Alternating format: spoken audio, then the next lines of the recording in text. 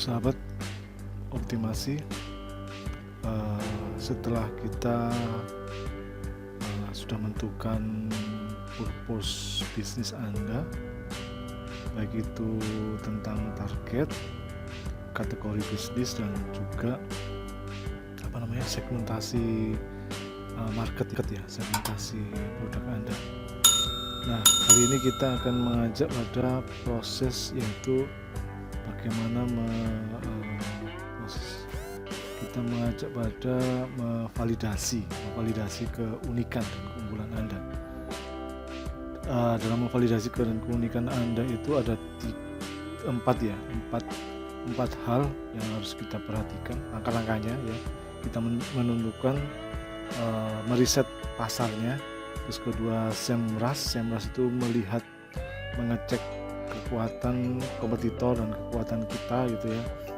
Selanjutnya kita mencoba untuk menemukan grafik penelusuran, baik itu penelusuran kata kunci atau penelusuran pencarian market dan sebagainya menggunakan keyword planner. Dan selanjutnya keempat adalah mengecek kompetitor di profil Google Business atau di Google Map. Kali ini kita akan fokus pada bagaimana mengaplikasikan penggunaan Google Trends sebagai riset pasar di internet. Nah, kebanyakan para pebisnis ya, ini saya coba untuk menggunakan kerangka atau cara pikir perubahan atau trends bisnis. Kebanyakan para pebisnis dalam berbisnis ya, dan kesulitan memasarkan produknya, itu mereka biasanya berjualan tidak berdasarkan pada momen yang tepat ya, tidak berdasarkan momen yang tepat. Artinya apa? Mereka berjualan ya berjualan aja gitu ya, tanpa melihat momen-momen atau produk itu sesuai dengan momen yang tepat atau tidak. Padahal apalagi di saat ini, setelah adanya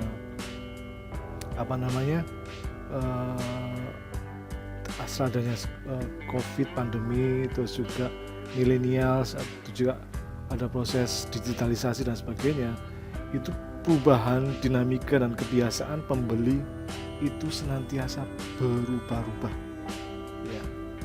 Jadi kita nggak bisa menggunakan data yang lama, data yang lalu ya. Yang harus kita lakukan adalah mencoba untuk meriset perubahannya, meriset perilakunya, meriset trendsnya. Maka kita harus memiliki atau pentingnya kita membaca itu bagaimana perubahan atau tren itu yang terjadi. Dan saat ini yang paling tools atau aplikasi yang paling mudah kita gunakan untuk membaca trends ini atau membaca perubahan ini yaitu Google Trends.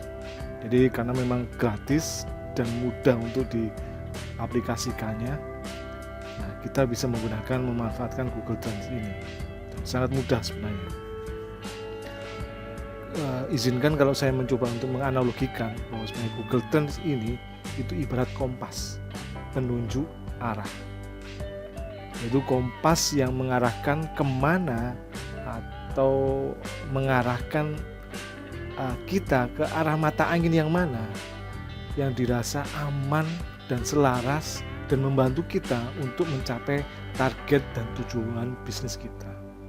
Jadi maka Google Trends ini penting teman-teman, ibarat kompas ya. Jadi biar kita tahu kita mau melakukan apa, kemana. Jadi kompasnya mengarahkan kita, membantu kita untuk membantu kita untuk mencapai target dan tujuan bisnis kita. Jadi kita ibaratnya seperti mata angin, kita tahu mata angin ini mengarah ke tujuan bisnis kita atau enggak. Nah, aja seperti itu. Google Trends itu ibarat seperti kompas. Jadi langsung saja dalam pengaplikasiannya Yang pertama, Anda pastikan dulu sudah mengisi framework yang saya berikan, itu di kolom di baris pertama, yaitu tentang purpose bisnis Anda, mulai dari kolom target, kategori bisnis, dan segmentasi. Setelah Anda sudah menemukan itu setelah Anda menemukan itu semua, sudah menuliskan dan sebagainya, menentukan dan sebagainya, selanjutnya Anda dari target, kategori, dan bisnis ini itu akan nanti menjadikan kata kunci yang membantu Anda ketika mengecek di Google Trend, teman-teman. Jadi selanjutnya kita coba ketik di Google Trend. Oke. Masuk di penulisan Google, ya. Google, nanti ketik Google Trend ya, teman-teman.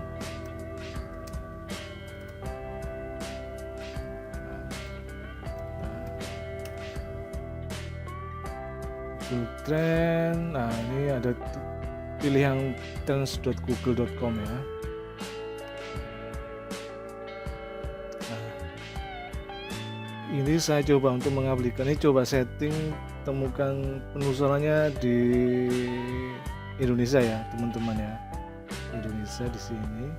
Terus kemudian kita berdasarkan kita kembali ke framework kita kan maunya, misal kita sebenarnya, kalau ini saya contohkan itu adalah saya namanya distributor kopi Lanang ya, distributor kopi Lanang. Misal saya ketik di sini itu biji kopi, kita pilih penelusuran, teman-teman. Ini akan muncul di 12 bulan terakhir. Ini artinya di sini kalau sudah mendekati angka 100, ini artinya di atas 50 itu adanya kita bisa mengetahui kapan lagi boomingnya, kapan lagi naiknya. Dan ini selama 12 terakhir. Dan kalau seandainya kita mencoba untuk setting misal tentang waktu khusus ya, misal di sini di tahun 2019 gitu ya, ini misal ya. Oke. Nah ini teman-teman, ini kita tahu trennya.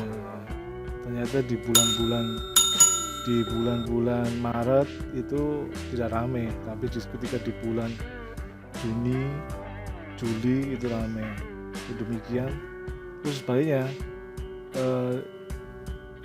di tahun selanjutnya, di tahun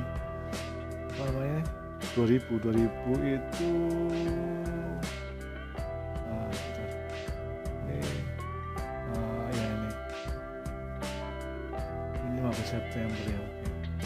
Artinya kita tahu ini naik turun. Nah ini justru di tahun 2021 itu semakin trennya semakin turun ya di bulan Juli gitu ya. Juga demikian di bulan April atau mendekat ya, bulan Aprilnya juga turun. Ini biji kopi. Seandainya kalau kita ketik, artinya gini, ada istilah gini, ini permintaan artinya signifikan, hanya saja dinamikanya naik turun. Nah, artinya biar kita tahu trennya kapan gitu. Jadi dari sini kita akan tahu. Selanjutnya bisa kalau spesifik biji kopi Lanang gitu ya. Oke. Kopi Lanang atau biji kopi Lanang.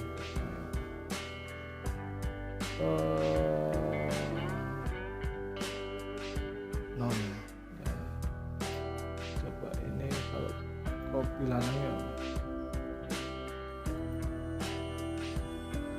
Kopi Lanang.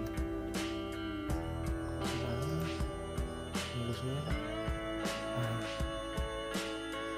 masih ada signifikan, masih ada trennya, walaupun secara umum biji kopi itu lebih banyak ya, artinya menggunakan itu.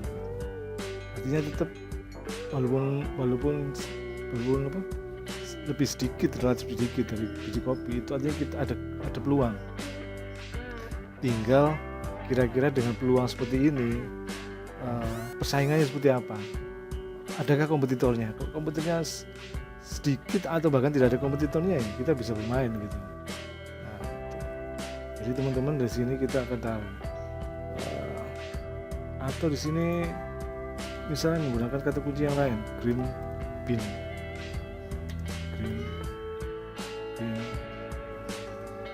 coffee. Ini kalau di Indonesia ya.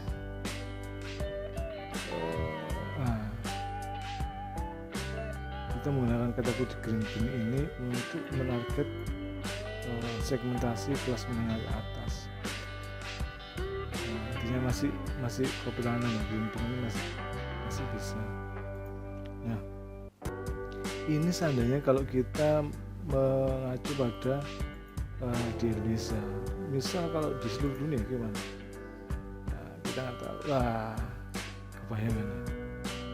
Ternyata green bean pun signifikan kok di seluruh dunia. Tinggal kita menelusuri di negara-negara mana yang paling menjadi pendidikan kita, misal Amerika Serikat gitu ya. Signifikan teman-teman. Atau di negara Eropa itu Inggris barangkali, saya barangkali. Wah, walaupun banyak bolong-bolongnya ini, artinya momentumnya itu akan kelihatan jelas. Ini di bulan apa yang dipanggil, bulan Mei, di bulan apa, Desember, ini di bulan apa, Januari, ini di bulan apa. Nah, ini kita kebayang Juli. Nah, sambil kita melihat kira-kira kalau di Indonesia ya, Indonesia